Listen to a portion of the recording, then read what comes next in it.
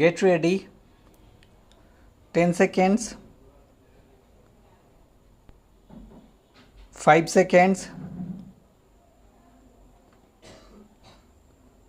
Start. In conclusion, I would like to say a word in regard to employment with which I have been dealing so far. According to the figures supplied, the number of displaced persons from Bangladesh employed through employment exchanges is only 37,000.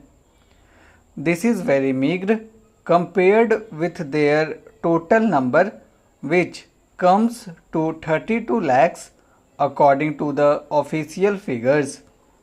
This is with regard to Bangladesh refugees.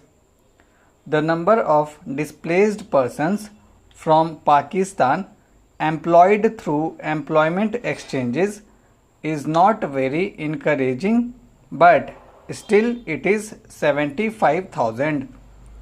I would urge upon the Honorable Minister to take this into consideration and see that something is done to find employment for these people. Of course, there is some expenditure incurred on general education and vocational training, but when we look at the number of persons who have been given vocational training, we find that the number already trained and under training is only 17,000. This figure also seems to be very small considering the magnitude of the problem before us. Some programs of general improvement have been undertaken by the government of West Bengal by way of setting up new industries, etc. These programs should be looked into and put into operation with a view to giving more employment to these displaced persons. Within the limited time at my disposal, I shall limit my remarks to refugees from Bangladesh. The first thing which strikes one as one looks at the various brochures and publications that have been given to us is the amount of contradiction one has to battle against. The first contradiction is in regard to the number of persons government think they have rehabilitated in West Bengal. Granting that it is difficult to make a final assessment of the number of refugees who have come from Bangladesh, it is still true to say that at least there should be some sort of parity between what the Union Ministry says and what the West Bengal Rehabilitation Ministry says. Only a few days ago, the West Bengal Minister of Rehabilitation said that there are 22 lakhs of refugees who have to be rehabilitated, but the central government's figures are 31 lakhs. Unless the government know the number of people they have to budget for, it is rather bewildering to know how they mean to plan in bringing about their rehabilitation. As a matter of fact, many other sources believe that the figure is far higher, but in any case, there should be some parity and some idea as to the extent of the rehabilitation problem which still remains before the people of West Bengal. The other contradiction is this.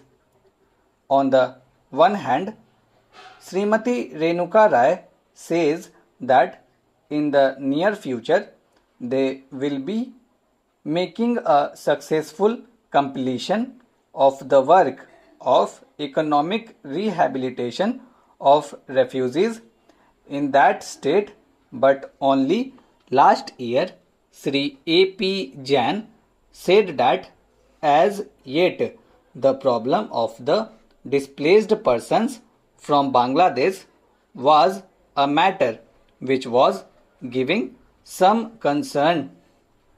I really do not understand why, in spite of Sri A.P. Jain recognizing that the problem is still quite serious, Srimati Renuka Rai should have made such a statement.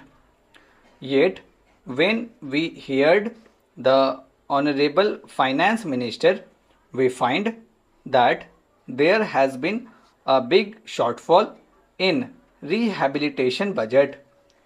I think that if the fact-finding committee's report had been published, the assessment that we have rehabilitated about 50% of the people of Bangladesh who came over as displaced persons would have become quite clear in regard to its incorrectness.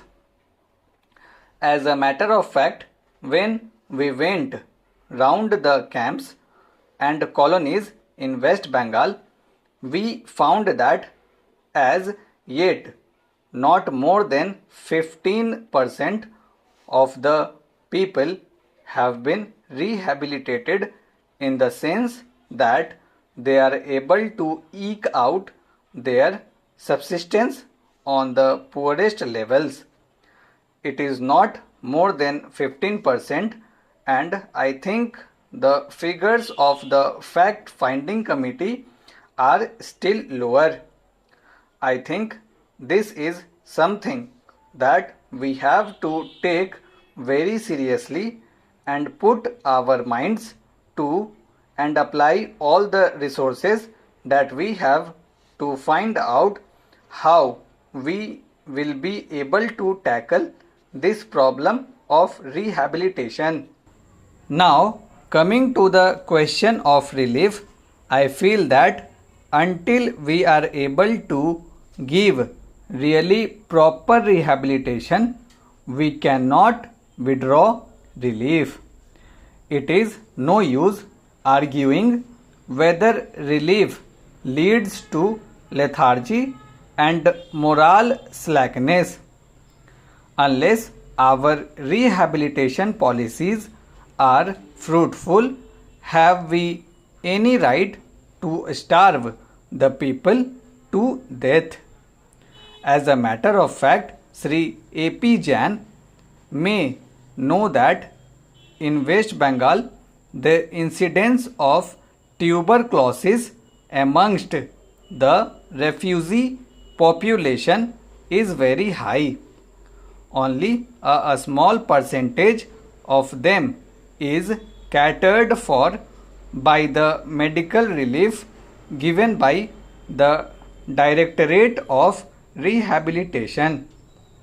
If I am to tell you the tragic fate of the refugees in West Bengal, I would refer you to a report which appeared in February 1954.